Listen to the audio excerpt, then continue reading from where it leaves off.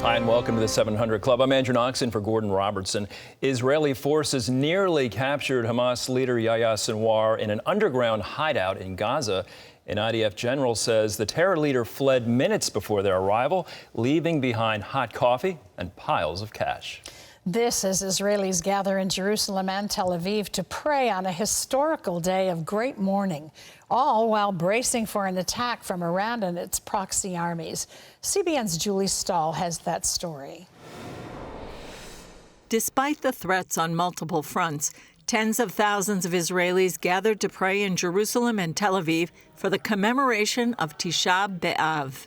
It's a day on the Hebrew calendar when throughout history disasters fell upon the Jewish people, including the destruction of both the First and Second Temples and the start of World War I.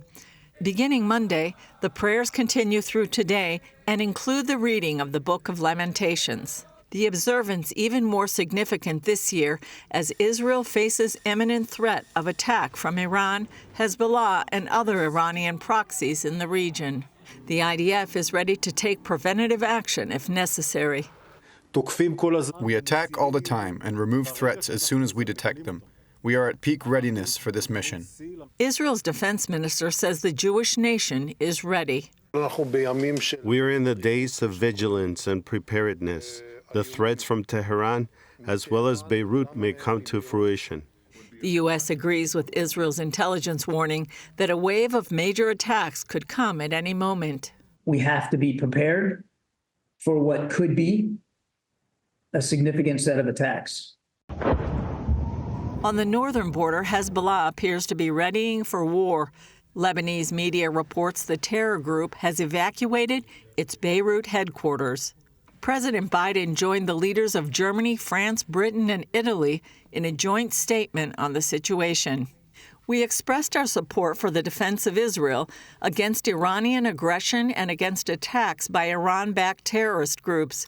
We called on Iran to stand down its ongoing threats of a military attack against Israel.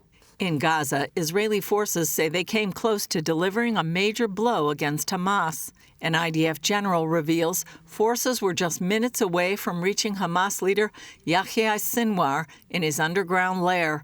Hot coffee and piles of cash left behind by the occupants. This as Israeli leaders engaged in an open spat. Prime Minister Benjamin Netanyahu accused Defense Minister Yoav Gallant of adopting an anti-Israel narrative after Gallant criticized Netanyahu's talk of absolute victory. Netanyahu says it's a clear goal that everyone is obligated to support. Julie Stahl, CBN News, Jerusalem. Thank you, Julie. And staying with news from the Middle East, as Iran and Hezbollah ramp up their threats, Israel's emergency services are preparing the nation for large-scale attacks. Ephraim Graham has more from the CBN newsroom. Ephraim? Andrew, the National Emergency Medical Service is preparing hospitals, clinics, personnel, and entire communities to deal with the fallout from an attack. CBN correspondent Chuck Holton has an exclusive look at how the National EMS team is getting ready for any scenario. You've heard of the Red Cross, but in Israel, it's the Red Star of David that's saving lives. Magen David Adom, or MDA, is Israel's premier ambulance and blood service. With a force of over 30,000 volunteers, they're on the front lines of Israel's defense against terror. So ever since October 7, 2023, Magen David Adom has been preparing for a large-scale war in Israel. We understand that, first of all, maybe international assistance will be blocked because the airport will be closed. So we have stored medical equipment, water, and food rations for many months ahead. MDA's arsenal includes more than 1,500 ambulances, hundreds of motorcycles, and even boats and helicopters. They're not just preparing, they're ready for war. We train our people to work in what we call an isolated island scenario, meaning those are the ambulances that you have. This is the manpower that you have. Now, think of how you respond better without having the umbrella of the entire organization.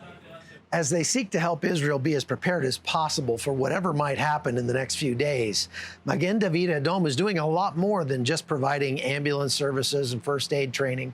They're also stockpiling things like this generator. in different spots all around the country in case there's a nationwide power outage because of the attacks. MDA isn't just waiting for attacks. They're empowering Israeli citizens to defend themselves. We train communities, we equip them with medical equipment, so if, God forbid, they are attacked, they can respond first. In the face of these threats, MDA is leveraging cutting-edge American technology to save lives. We are using AI features in order to send ambulances automatically without the intervention of a human, done very, very quick. We use a machine learning processes in order to predict where the next call will come from.